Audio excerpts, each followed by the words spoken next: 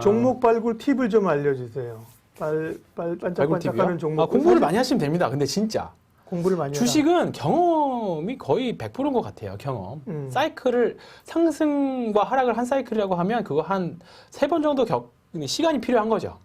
근데 시간을 압축하려면 정말 많이 보셔야 돼요. 종목마다 다.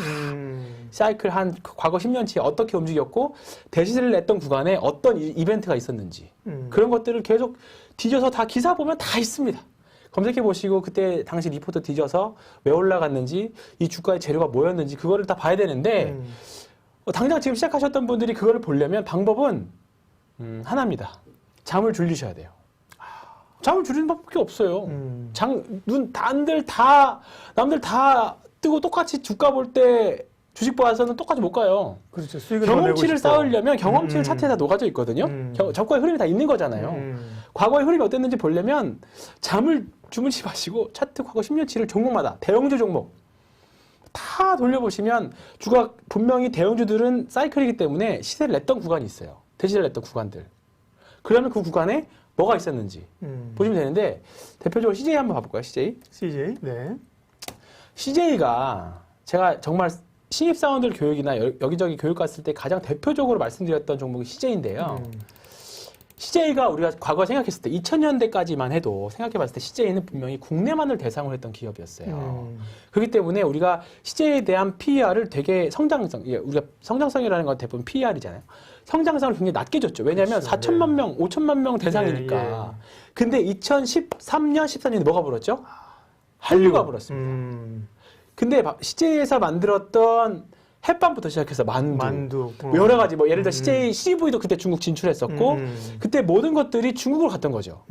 그러니까 CJ는 한국을 대상으로 했던 한국 5천만 명을 대상했던 영업이 11억 명 대상으로 바뀐 거예요. 패러다임이 바뀐 거죠. 배수를 달리 줘야지. 그렇죠. 그러면 당연히 엄청나게 줘야겠네. PR이 바뀐 거죠. 내수주에서 수출주로 바뀐 거죠. 삼성전자가 반도체 파는 거나 해외에다 파는 거나 CJ가 뭐 중국에다가 햇반을 팔든 만두를 팔든 뭘 팔든 거 이게 성장이 다른 거죠. 그럼 2013년부터 볼까요? 2013년들을 보면 이게 주식을 잘하시는 비결이에요. 주봉을 뭘 물어봐도 결국 주식으로 이게 주가 차트 보잖아, 그죠? 네. 주봉을 보면 이때죠, 이때부터 2013년부터 본격적으로 올라 이때 CJ가 이런 CJ가 10만 원대 더 길게 볼까요?